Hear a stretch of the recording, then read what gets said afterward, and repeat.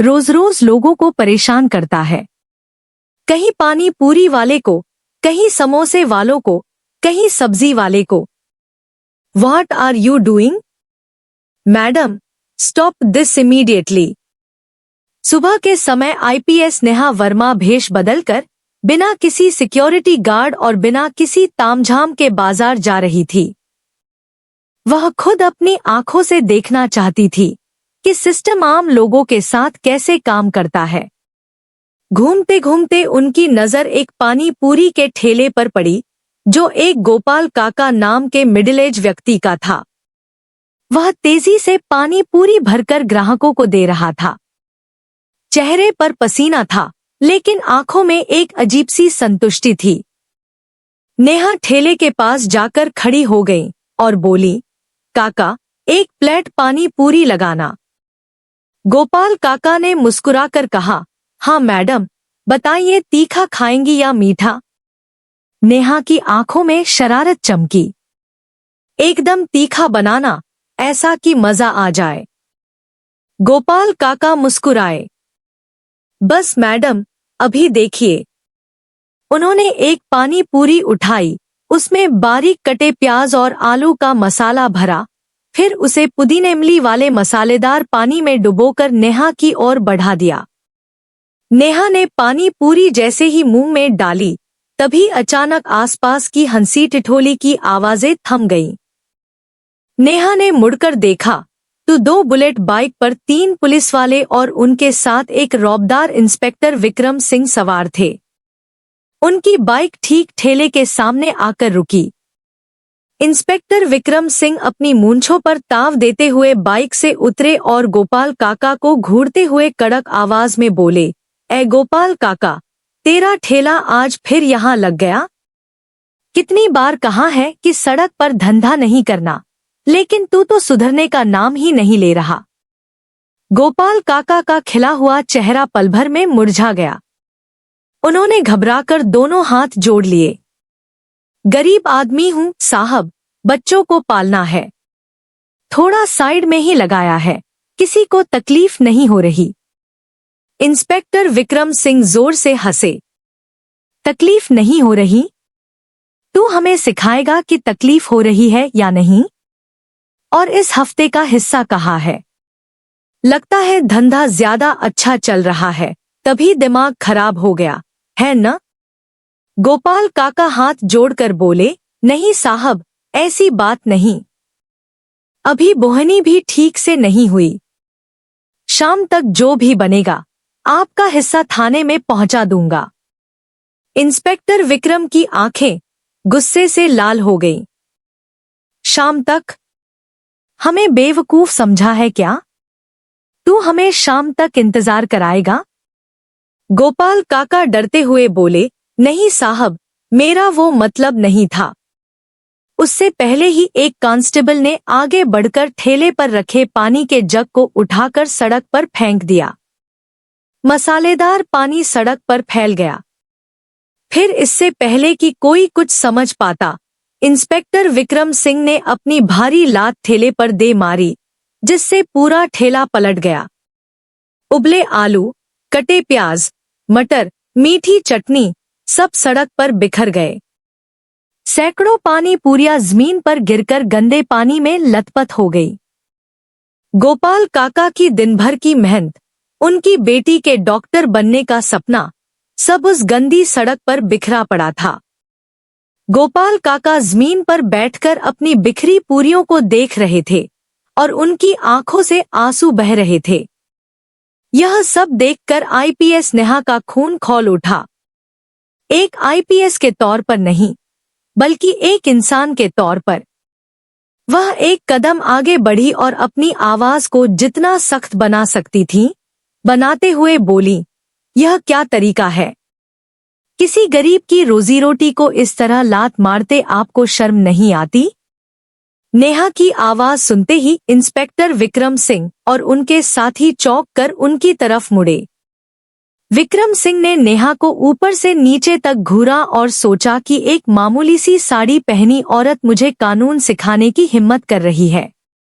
वह हंसते हुए बोले, ओहो, तो देखो जरा, आज समाज सेवा करने कौन आया है?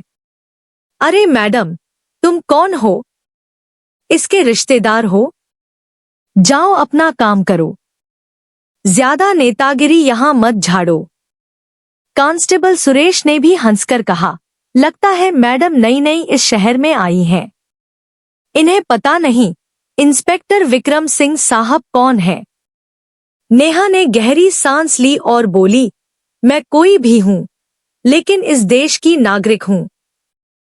मैं पूछ रही हूं, किस कानून ने आपको यह हक दिया कि आप किसी की मेहनत को ऐसे बर्बाद करें? यह गरीबों पर जुल्म नहीं तो और क्या है? जुल्म। यह सुनकर विक्रम सिंह का पारा चढ़ गया। वह भीड़ के सामने चीखे, रुक, तुझे अभी कानून सिखाता हूं। अगले ही पल बिना किसी चेतावनी के उन्होंने नेहा के गाल पर एक जोरदार थप्पड़ जड़ दिया। आवाज इतनी तेज थी कि एक पल को वक्त जैसे रुक गया। नेहा के गाल पर 5 उंगलियों के लाल निशान उभर आए। भीड़ अवाक रह गई। किसी को यकीन नहीं हुआ कि एक पुलिस वाले ने खुले बाजार में एक औरत पर हाथ उठा दिया। गोपाल काका तो सदमे में चले गए थे, लेकिन पुलिस वालों को इससे कोई फिक्रन नहीं पड़ा। वे जोर जोर से हंसने लगे। बढ़िया है, बड़ी कानून सिखाने आई थी। इंस्पेक्टर विक्रम सिंह ने अपनी हथेली झाड़ते हुए कहा, अब पता चला पुलिस से जुबान लड़ाने का नतीजा। नेहा ने अपना गाल सहलाया। दर्द से ज्यादा उन्हें बेइज्जती महसूस हो रही थी, लेकिन उनके अंदर का गुस्सा अब आग बन चुका था। तभी एक सिपाही ने उनकी कलाई पकड़ ली। साहब, ले चलें इसे थाने? विक्रम सिंह गरजे, हाँ, ले चलो। वहीं इसकी सारी अकड़ निकाल दूंगा। भीड़ अब भी चुप थी। किसी की हिम्मत नहीं थी इंस्पेक्टर के खिलाफ आवाज उठाने की। हर आंख में पुलिस का डर साफ दिख रहा था।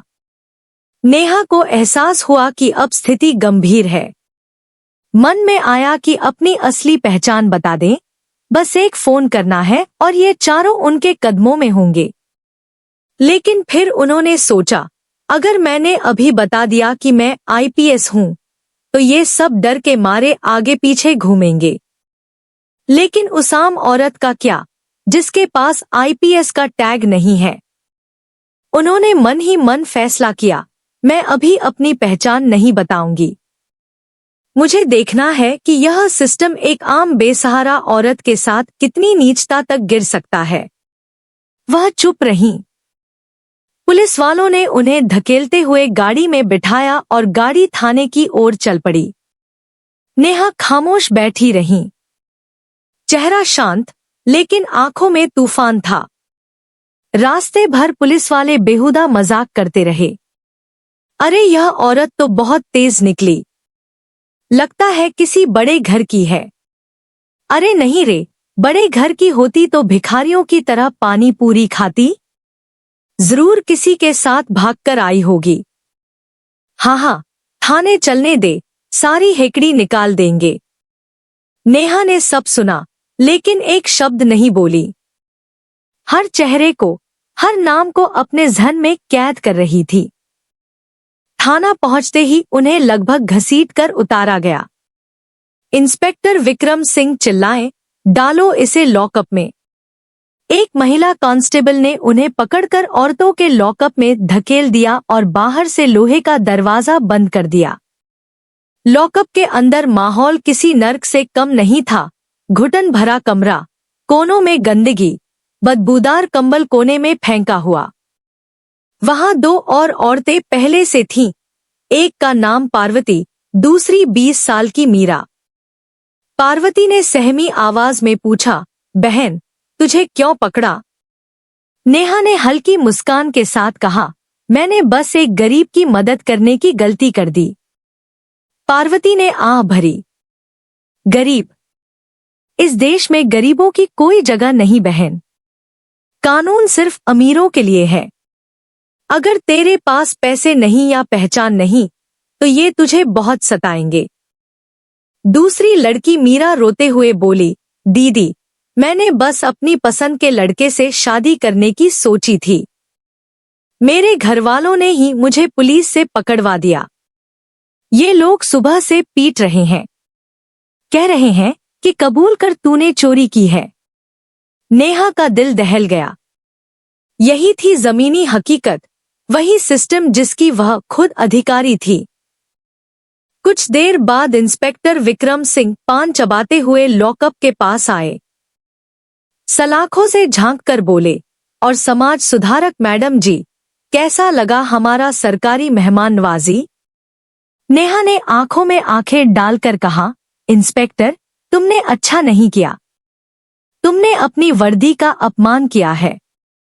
विक्रम सिंह हंसे और थूकते हुए बोले, वर्दी का पाठ मुझे मत पढ़ा। चुपचाप इस कागज पर साइन कर दे। इस पर लिखा है कि तूने सरकारी काम में बाधा डाली और नशे में हंगामा किया। नेहा बोली, मैं किसी झूठे कागज पर साइन नहीं करूंगी। मैंने कोई गलती नहीं की। विक्रम सिंह गुर्राए, नहीं करेगी? तब ठीक है। यही मच्छर काटेंगे, तब अक्ल ठिकाने आएगी। या फिर दूसरा तरीका भी है हमारे पास। बताओ, मंजूर है? नेहा समझ गई कि इशारा कहा है। उन्होंने कहा, अपनी औकात में रहो इंस्पेक्टर। मैं साइन नहीं करूंगी। विक्रम सिंह गुर्राए, ठीक है सुरेश, इसे अंदर ले जाओ और समझाओ कि पुलिस की बात न मानने का अंजाम क्या होता है। 2 सिपाही अंदर आए। चल बाहर निकल। नेहा बोली, मैं बेकसूर हूं। एक सिपाही ने उनके बाल पकड़कर खींचे। साहब बुला रहे हैं। नेहा दर्द से चिल्लाई, छोड़ो मुझे, यह गलत है। सिपाही ठहाका मारकर बोला, बड़ी आईन न्याय की देवी, यहां हमारा कानून चलता है। उन्होंने नेहा को घसीटते हुए एक अंधेरे कमरे में ले जाकर फेंक दिया। वह गिर पड़ी। साड़ी का पल्लू खुल गया। इंस्पेक्टर विक्रम सिंह हाथ में लकड़ी का डंडा लिए अंदर आए। अब बता, साइन करेगी या यह डंडा तेरी सारी समाज सेवा निकाल देगा? नेहा ने आंखों में गुस्सा भरकर कहा, मारो मुझे, लेकिन याद रखना, हर एक चोट का हिसाब देना होगा तुम्हें। विक्रम सिंह हंसे, कौन लेगा हमसे हिसाब? तू? यहाँ स्क्रिप्ट में कुछ हिस्सा कट गया लगता है, लेकिन आगे की कहानी जारी है। फिर नेहा को दोबारा लॉकअप में डाल दिया गया। लेकिन अब उनका संकल्प और मजबूत हो चुका था। आधी रात को उन्हें 2 बासी रोटियां और पानी जैसी दाल दी गई। बदबूदार कंबल, मच्छरों का हमला और औरतों की सिसकियां, वह सो नहीं पाईं। सोचती रहीं कि यह रात उनके लिए एक सबक है। यह उनके काम की असली परीक्षा है।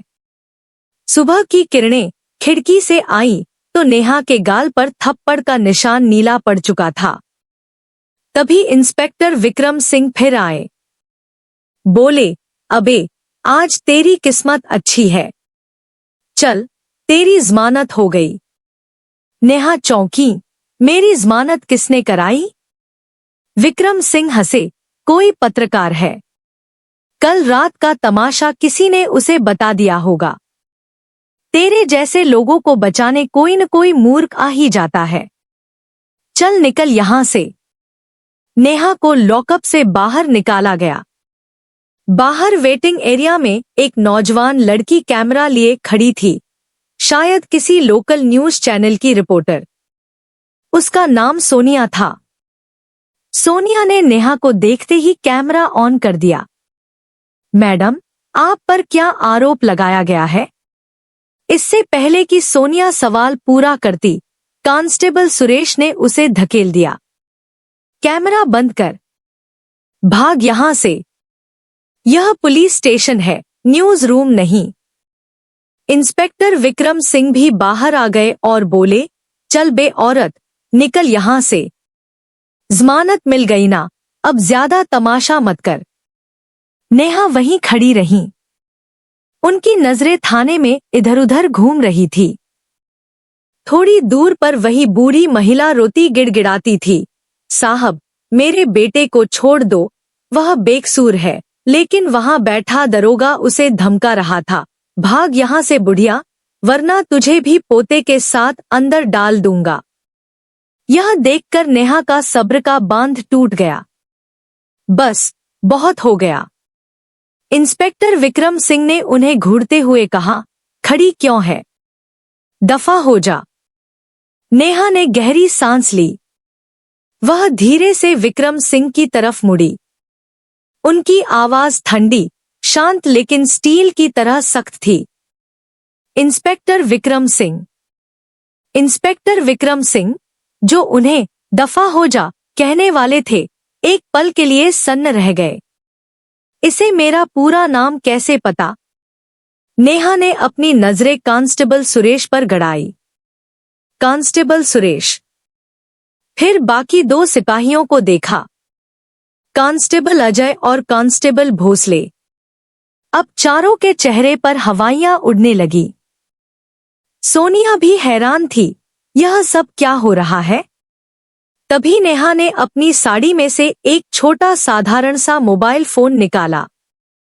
यह उनका पर्सनल अनऑफिशियल फोन था। पुलिस वालों के चेहरे पीले पड़ गए। उन्हें लगा कि यह किसी को फोन करके बुला रही हैं। इंस्पेक्टर विक्रम सिंह चिल्लाए, अबे, फोन छीन ले इसका।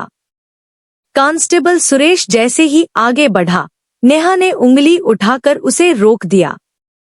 उनकी आवाज में अब वह अधिकार था जो किसी आम औरत में नहीं हो सकता। अपनी जगह पर खड़े रहो। कांस्टेबल सुरेश के कदम वहीं जम गए। नेहा ने एक नंबर डायल किया। फोन स्पीकर पर था। घंटी बजी। वह कमिश्नर ऑफिस में कॉल लगा रही थी। इंस्पेक्टर विक्रम सिंह और सुरेश की आंखें फटी रह गईं। नेहा ने शांत आवाज में कहा, कमिश्नर साहब से बात कराइए। कहिए आईपीएस नेहा वर्मा लाइन पर हैं। रिसेप्शनिस्ट की घबराई आवाज आई, जी मैडम, 1 मिनट। कुछ ही सेकंड में फोन पर भारी आवाज आई, नेहा जी, आप सब ठीक हैं? आपने इस नंबर पर फोन किया। नेहा की नजरें अब भी विक्रम सिंह पर टिकी थीं, जो पसीने से तरबतर हो रहे थे और कांप रहे थे।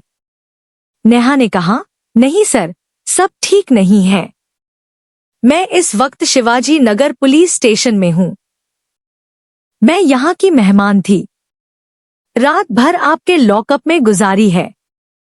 फोन के दूसरी तरफ सन्नाटा छा गया। कमिश्नर को लगा उन्होंने गलत सुना है। क्या आप लॉकअप में थीं? मजाक कर रही हैं मैडम? नेहा ने ठंडे स्वर में कहा, इंस्पेक्टर विक्रम से पूछ लीजिए सर।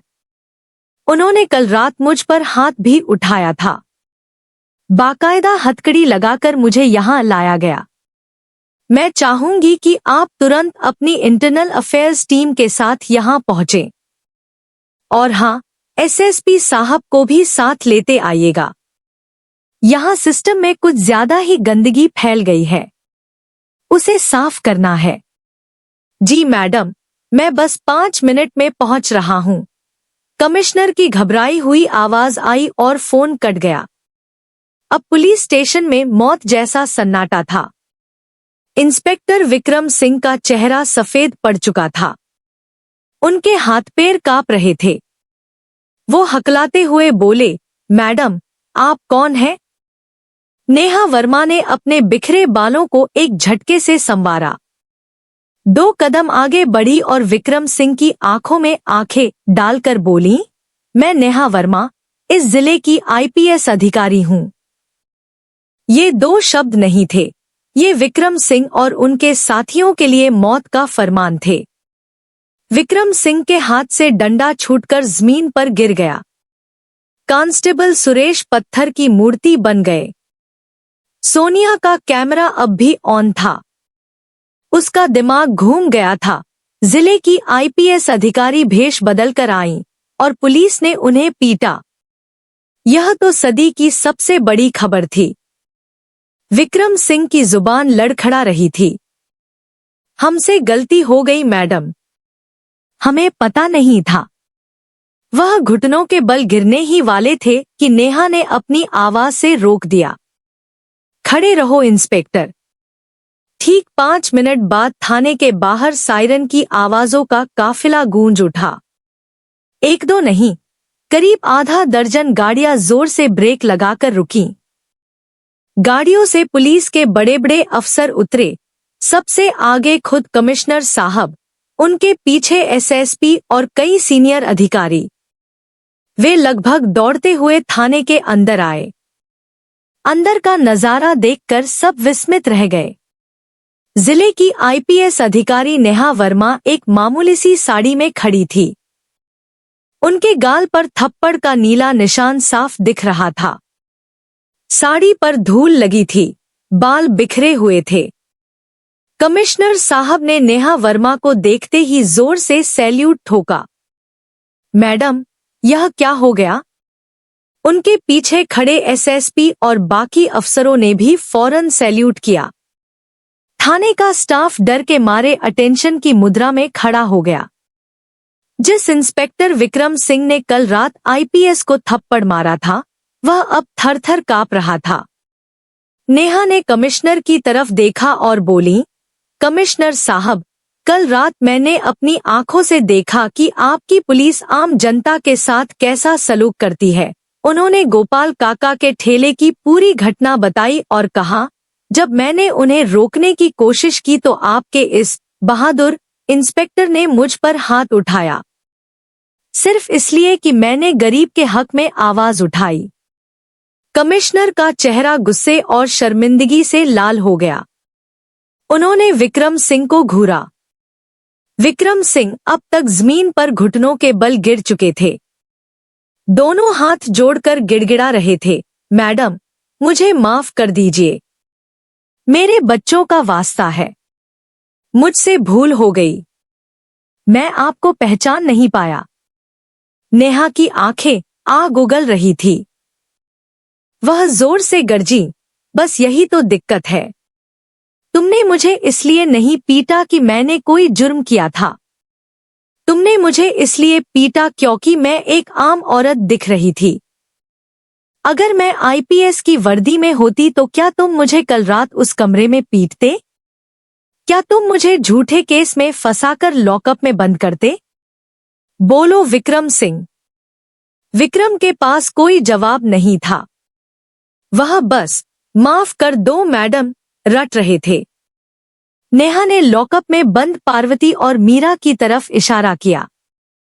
कमिश्नर साहब, उन औरतों का क्या उनका कोई हक नहीं है? यह पूरा थाना आपकी नाक के नीचे जुल्म का अड्डा बना हुआ है। सोनिया यह सब रिकॉर्ड कर रही थी।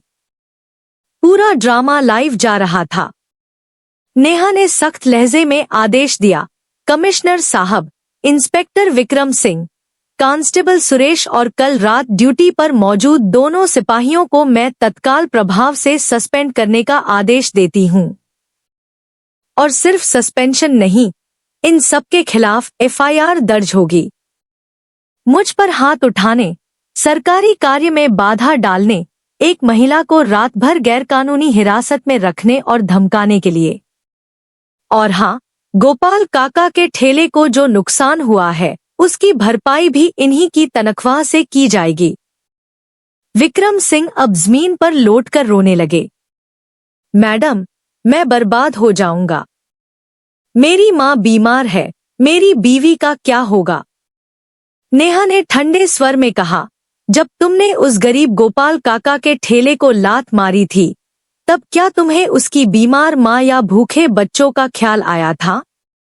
जब तुमने मेरे गाल पर थप्पड़ मारा, तब क्या तुम्हें अपनी बीवी की इज्जत याद आई थी? पूरे पुलिस स्टेशन में गहरा सन्नाटा छा गया। आज पहली बार कानून ने अपनी असली ताकत दिखाई थी। नेहा वर्मा ने कमिश्नर को निर्देश दिया, सबसे पहले पार्वती और मीरा को तुरंत रिहा किया जाए और उनकी फाइल मेरे ऑफिस भिजवाई जाए। मैं खुद देखूंगी कि उन्हें इंसाफ मिले। इसके बाद नेहा थाने से बाहर आईं। बाहर तक मीडिया की कई गाड़ियां और आम लोगों की भारी भीड़ जमा हो चुकी थी। गोपाल काका भी वहां खड़े थे, आंखों में आंसू लिए। नेहा सीधे उनके पास गईं। गोपाल काका उन्हें देखते ही हाथ जोड़ने लगे। नेहा ने उनके हाथ पकड़ लिए। गोपाल काका, माफी तो मुझे मांगनी चाहिए।